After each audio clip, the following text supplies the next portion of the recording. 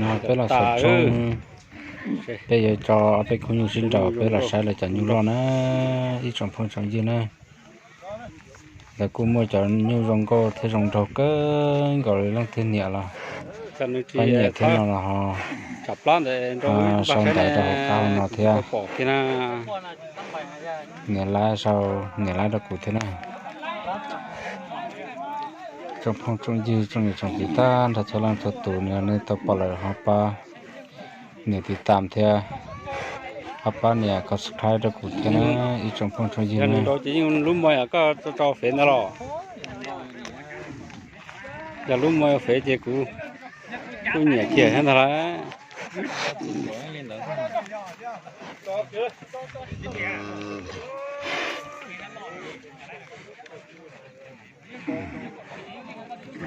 lo tại rồi cái cú mà hậu tết tia đi luôn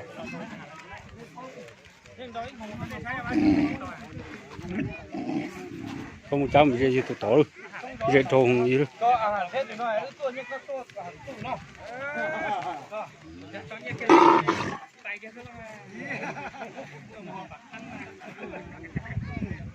không có tụt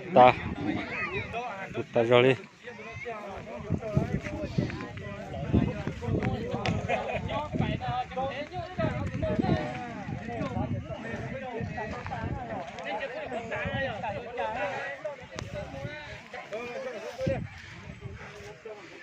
rồi à, thâu tôi là cái chua của con đó không chết.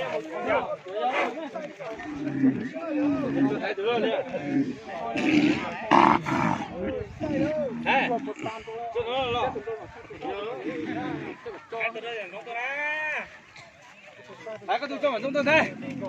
Đấy, nhập vào tôi xếp rồi. Đúng, cho tụi tôi thôi. Cho rồi, chắc là. Cho tụi kia thôi, cho thầy vào chúng tôi.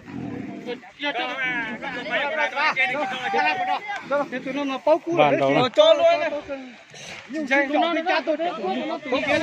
bà xía tròn đầu thả hậu rồi nữa thả cú thả số hậu rồi nữa bà xía sai xe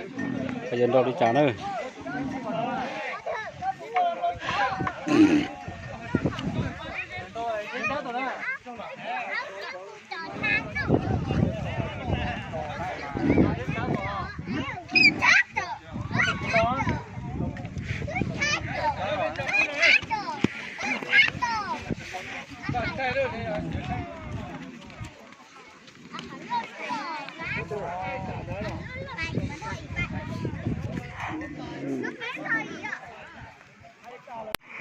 bà xía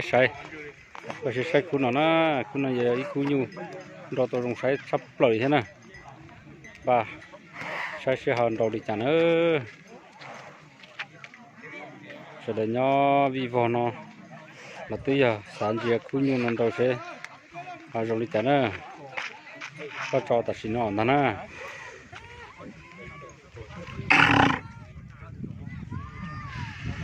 ô có cả rồi nè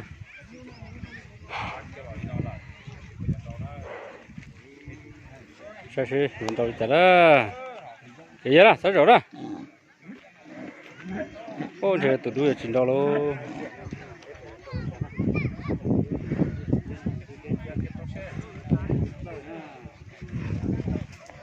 ô tụi tôi chỉ cả rồi tụi tôi chỉ cần đâu luôn là chỉnh đâu sai không cả đâu bỏ đi rồi im tay cần cổ đi ha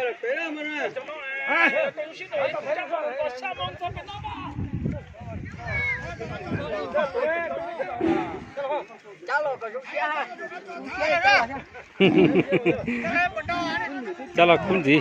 ít tuần gì